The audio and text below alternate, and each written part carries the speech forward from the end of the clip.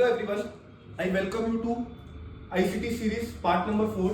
आज की हम इस वीडियो में जानेंगे about fair value gap and imbalances. देखिए, आप में से बहुत सारे लोगों ने सुना होगा, कुछ एफवीजी नाम होगा एंड इम्बैलेंसेस के बारे में। एफवीजी का मतलब है फेयर वैल्यू गैप। अब बेसिकली ये है क्या? जब भी मार्केट ट्रेवल करती है either upside either downside, market बीच में ट्रेवल करते टाइम क्या छोड़ देती है? इनएफिशिएंसीज छोड़ देती है। मतलब इंस्टीट्यूशन से कुछ कुछ ऑर्डर किसी सर्टेन प्राइस पे अनएग्जीक्यूटेड रह जाते हैं। बेसिकली आपको इस एग्जांपल से समझाऊंगा, समझ आएगा। लेट्स सपोज ये एक अच्छी मूव आई, तो इस मूव के अंदर ना बहुत इन लेवल्स पे बहुत सारे पेंडिंग ऑर्डर्स रह जाएंगे इंस्टीट्यूशंस के, जो कि अभी एग्जीक्यूट नहीं हुए हैं। लेकिन अब वो ऑर्डर एग्जीक्यूट करने के जरूरी है, यस, क्योंकि उनका ऑर्डर उस हिसाब से सेट हो रखा है। तो वो प्राइस को लेकर आते हैं जानबूझ के नीचे, ताकि ये उनके जो पेंडिंग ऑर्डर्स है वो फिल हो जाए, देन अगेन मार्केट उनकी डायरेक्शन में जा सके। अब फेयर वैल्यू गैप आइडेंटिफिकेशन कैसे होगा? Right, let's suppose this is one candle and this is second candle and this one is again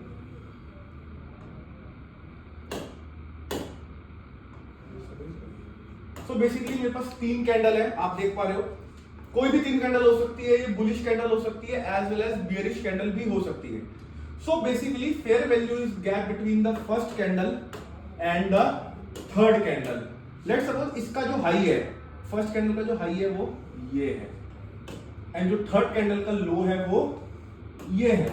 तो बेसिकली जो गैप आया थर्ड कैंडल के और फर्स्ट कैंडल के बीच में, this is fair value gap, this is FVG.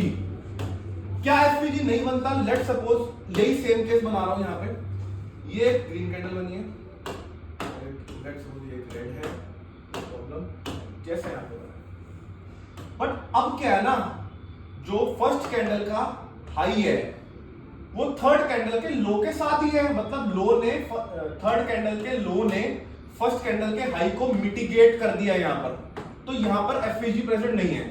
जैसे ये case है, इसमें थर्ड कैंडल के लो ने फर्स्ट कैंडल के हाई को मिटिगेट नहीं कर पाया, तो this is fair value gap. अब क्वेश्चन आता है कि सर फेयर वैल्यू गैप का क्या यूज है मार्केट के अंदर? Basically this is inefficiency, this is inefficiency. जो मैंने अभी आपको पहले बताया कि जब मार्केट एक सर्टेन डायरेक्शन में जाती है तो वो बीच में इनएफिशिएंसी छोड़ देती है, and markets are most likely to fill all those inefficiencies. मतलब इन फ्यूचर जब प्राइस इन एफिशिएंसीज के पास आएगा तो यहां से एक अच्छा मोमेंटम आपको प्राइस में देखने को मिल सकता है। अब क्वेश्चन आता है कि सर हम एफवीजी को कैसे यूज करें? तो हमने एफवीजी आइडेंटिफाई करना सीख लिया। एक पॉइंट हमेशा याद रखना, FVG will work best with order block, यानी कि ओबी। अगर आप ओबी के बारे में जानना चाहते हो, यानी कि ऑर्डर ब्लॉक के बारे में जानना चाहते हो, तो मेरी पिछली इसी आईसीटी कॉन्सेप्ट की सीरीज के अंदर मैंने एक ऑर्डर ब्लॉक के बारे में भी वीडियो डाल रखी है, आप वो लोग जाके डेफिनेटली देख सकते हो। सो कैसे आप वर्क करेंगे? Let's suppose structure is bullish, so मैंने यहां पर एक बुलिश ओबी बना लिया, एंड मैंने क्या देखा कि यहां पर एक फेयर वैल्यू गैप भी प्रेजेंट है। Basically I want fair value gap above what? OB. तो this fair value gap represent की जो ये आपने ओबी बनाया है ना, ये हाई प्रोबेबिलिटी ओबी है। हमें एफवीजी से बाय नहीं करना होता या सेल नहीं करना होता, हमें बाय या सेल करना होता है ऑर्डर ब्लॉक्स के थ्रू। बट एफवीजी आपके उस ऑर्डर ब्लॉक पे +1 ऐड कर देगा, उसको और कंफर्म कर देगा, उसको और हाई प्रोबेबिलिटी बना देगा। सो आप ऑर्डर ब्लॉक एंड एफवीजी को साथ में कंबाइन करके यूज करेंगे ताकि आपको एक बेस्ट आउटपुट मिल सके।